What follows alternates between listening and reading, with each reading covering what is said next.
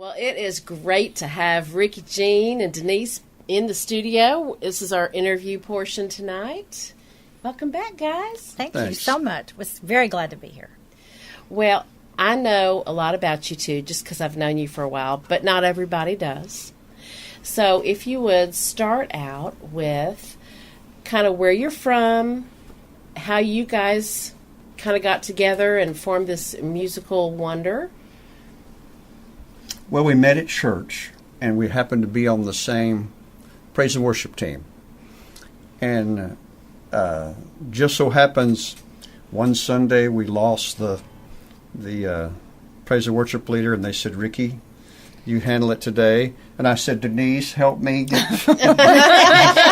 here close and, fix everything I do wrong." And so she's a really good harmony singer, really good lead vocalist, but she has this knack of she can follow with harmony just watching somebody, and it's just kind of amazing. So she's like made me sound better as a worship leader, and she makes me sound better as an Americana singer-songwriter. She's the greatest. Oh, thank you very much. That's very kind. I was there at that church longer than he was, I guess. So, and we've added up. We've been singing for almost 20 years, or it is 20 years now. Mm-hmm. We're not. Wow. We haven't put a pen to paper. We need someone who knows. You were 15. We need somebody who likes dates to figure it out. Click, click, wink, wink. I've started playing the piano when I was 3. I started singing in a microphone before then. I actually remember the first time that I sang on stage with a microphone. I was 2.5. So I've been singing my whole life. Come from a very musical background family.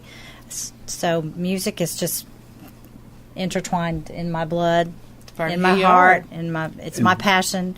So both of our mothers were musical. Mm-hmm. So she watched her mother sing and play the guitar. I watched my mother sing and play the guitar. Mm-hmm. They were both in bands, but my mother was a longer time back, before your mother.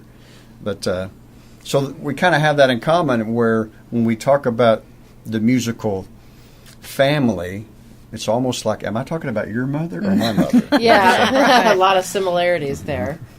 And as far as you're right, I know you've collaborated on the one song that you did in the set tonight. Do you predominantly write, or are you starting to write together more? We are. He predominantly writes, but we keep hitting around, Denise, you need to write music. Denise, you need to do this. So I need to. I just haven't. So I'm really good with the melodies and coming up with it. And so a song that we've just finished, she really did the lyrics. But instead of putting them in a lyric format, she just wrote down these ideas. So we took those ideas and I just massaged them and put them into the melody. Right. And it wasn't. It was about a complete different situation, but we massaged it into a breaking up song kind of a thing. Which is sounds like a co-write to me. Yeah. Absolutely. Yeah, a lot of times we start off writing our songs and we think they're going to go one direction, and especially if you have a co-writer, then all of a sudden it's going a different direction and you have a whole, different take on the song, which is kind of fun to see the birth of a new song, Mm-hmm. Yeah. And she plays the keyboard and I play the guitar and mandolin and banjo. So if she plays something, it completely changes the song. So it's like, here, you take this song and make it a keyboard song, and it kind of it has a new life altogether. Yeah. Well, a new instrument can give something, a completely different sound altogether. Right. You might, even if you were just playing it yourself without Rickey, you'd probably have a different take on the song when you're doing exactly. it. So. Well, and since I have electric keyboard, I play all different instruments. Yeah, you had the bass in that last song. That was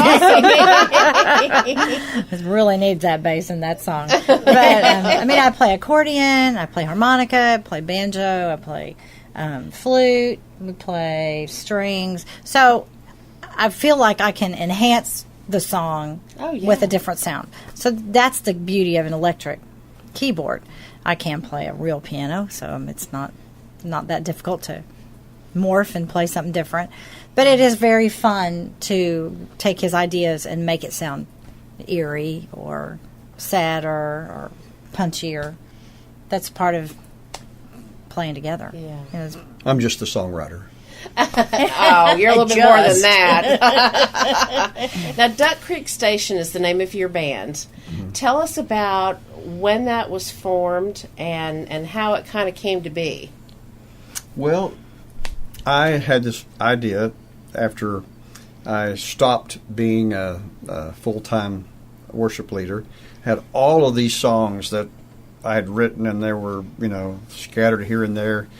And someone called me and said that, "Hey, Rickey, remember me?" And I said, "This is Mike the drummer, isn't it?" And he said, "Yeah." I says, "Did you know we've been playing that Frank and Jesse James songs, that Frank and Jesse James song, for years? I would be in a band and I'd teach it to him, and then I'd be in another band, and I've been in Nashville for 25 years. And do you have that song copyrighted, and do you have it registered with ASCAP or BMI?" And I said, "Call me back tomorrow, and I will." So that kind of pushed me in that direction, and I needed and I knew I was going to go there, but I had to go quickly now because somebody was singing a song. So the very first person I thought of that would make a band good, who sings great lead vocals and great keyboard player and great harmony and a nice person, because if you've ever been in a band, if it's not a nice person, it's not worth it, Right. So I immediately thought of Denise, and so there's been other people come and go, but it's Denise and Rickey who've been the nucleus of it. And a lot of times we go out and we're just a duet. Right. And but it's just been because of our experience at church, I knew how good she was. Oh, yeah. Or how great she was. And her son, Richie. Wow. He's awesome, too. He is awesome. He didn't play really with us at church at first because he was about this tall. He was a little guy. Yeah, and that big old upright, he couldn't handle it then. That's right. But he does play with us as much as possible. Yeah. He is being called a lot to play for other groups, and we're kind of letting him off the string just a little because he does want to play with the 20-year-olds and not the old folks. The older generation. He likes playing with us because he loves playing the upright bass, and that's Americana. Right. But he's really enjoying a whole bunch of other avenues out there. So we'll let him go, but he has to come back. And we found out there's more places to play as a smaller group than a large group. That's true. And there's more money in y'all's pockets. Well, that's true because they want to pay the same, no matter how many people it is. Yeah, it's kind of crazy, I know. It's like musicians are making the same money they did 40 years ago. It's like, how is that possible? Yeah, I know. I understand. So where do you guys... Barbara, did you have a question? I'm sorry. You look like you had a question to ask. Oh, I was just going to say, tonight we heard several different genres of music, but I didn't hear much bluegrass. I thought that y'all played more bluegrass. Well, when we play a 6-string banjo or a mandolin, people just naturally think we might be a little bluegrass. But we're not really a bluegrass band, but bluegrass, country, acoustic blues, singer-songwriter. Americana. I can't Irish think. now. Irish, yes. Yes. So a lot of people think that about us, that, oh yeah, that's that bluegrass band, but not really. We're not really Bluegrass a has a box. Yes. So if you don't fit in the box, you really don't want to call yourself bluegrass. When we have 2 mandolins, that can really sound a little more bluegrass. And with the keyboard, people go, that's not bluegrass. That's right. There's no keyboards in bluegrass. It's all carry your instrument on and play those strings. So the very first time we came here, Randy said, and I asked him if I could borrow it. He said, Rickey, Gene, Wright at Duck Creek Station. They traveled down that road between folk and country, to that musical land of Americana. And I said, wait a minute. Yeah. Can I use that? Yeah, And yeah, I remember. So that's actually what we write out and tell people. So Yeah. they kind of get an idea. Yeah. It's kind of nice to have different flavors, too, you know, instead of just putting yourself into that one spot there. And so many really good instruments. I mean, you can sit there with the guitar and and that's great. But with all the different instruments, you can sound different. Yes. So now we have we have a sponsorship from Granny Grunt's Cigar Box Guitars. Oh, And so Hi. we have a cigar box guitar, and we have one song that we've written with it, and then on the last single that was released, "We Are Proud to Be from the South." That cigar box is being played on a lead part on that song. I'm not playing it, but I brought it to the studio to. Now, have you played that guitar? I have, and there's a video on the very first page of the website. She's singing, I'm singing, and I'm playing. I'm just playing the slide on the cigar box guitar. I don't think there's anything else going on. No, It's just we were just warming up. and so We didn't even warm that up. song is scheduled to be on the next album. Very good. Now, for those that don't know where to find you, where on the World Wide Web can you be found? Well, we've come up with this idea marketing-wise. You can find us at duckcreekstation.com. You can find us at americanasinger-songwriter.com.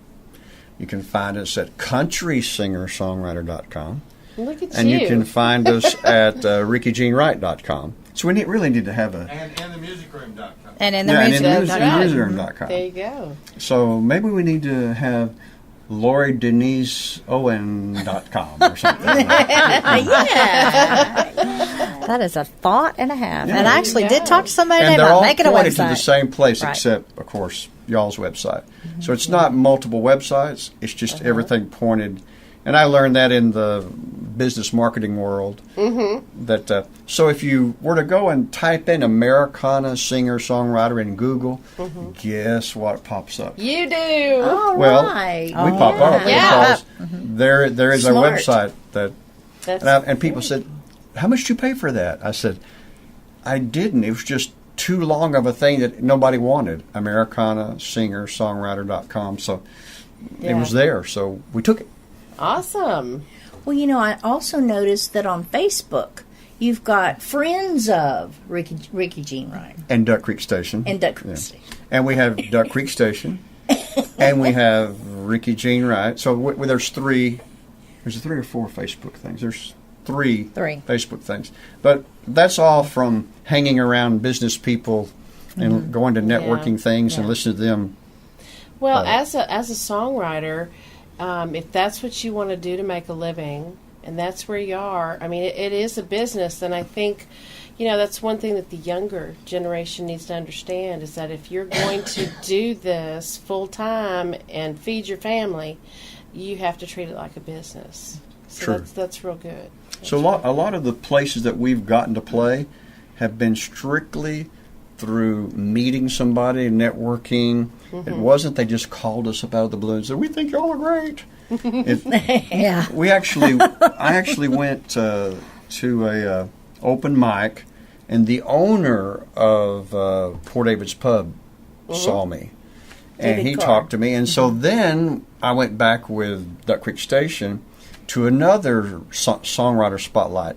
Then he saw all of us. Then he called me outside. That was David Carr. Right. He said, "Do y'all want to have a show here?" So it was just like networking is really a key to it. You can't just sit back and say, "I'm going to be discovered." Yeah. Or I'm going to go to Nashville. I'm going to go to Nashville, and they're going to love me, and it's going to be great. The problem is, if Nashville was in Texas, I might go. Yeah. But yeah. I love Texas too much to leave. Well, Texas definitely has quite the offering for the singer-songwriter, I think. You know? And I can't wait to see what y'all do. And next time you come, I want you to bring that cigar box guitar. That'll be fun. Okay. That would make for a Sounds. great video. Mm-hmm. Sound And good is pictures. awesome. It only has 3 strings. Okay, well, I want to Yeah. see how good you are. So it fits my three chords in the truth kind of thing. It is Wait. really fun. It has a great sound. It doesn't sound like anything else. And there are, and Frank and his sons have lots of cigar box, so they have a website. So you can go on there and see how they all sound too. But it's really a unique. Do you know what their Americana web sound. address is? So you can. GrannyGrunt.com, I think. Granny Grunt cigar. Cigar box. Yeah, I think that's it. GrannyGruntCigarBox.com. Frank Something Whitney close is to the Okay. is the creator, and he'll be watching on Facebook. He watches everything that we do, so he's really he's a great fan. It's fun to play for him. Oh, yeah. Yeah. It's nice to have a sponsor, too. Yeah, it is. Yeah. Y'all, it's been great. And I, again, thank you for being here this evening and letting everybody get to know you a little bit more. And we'll be looking for more down road from Rickey Jean Wright and Denise Owen and Duck Creek Station. You are in the music room. Thank you. Thank you very much.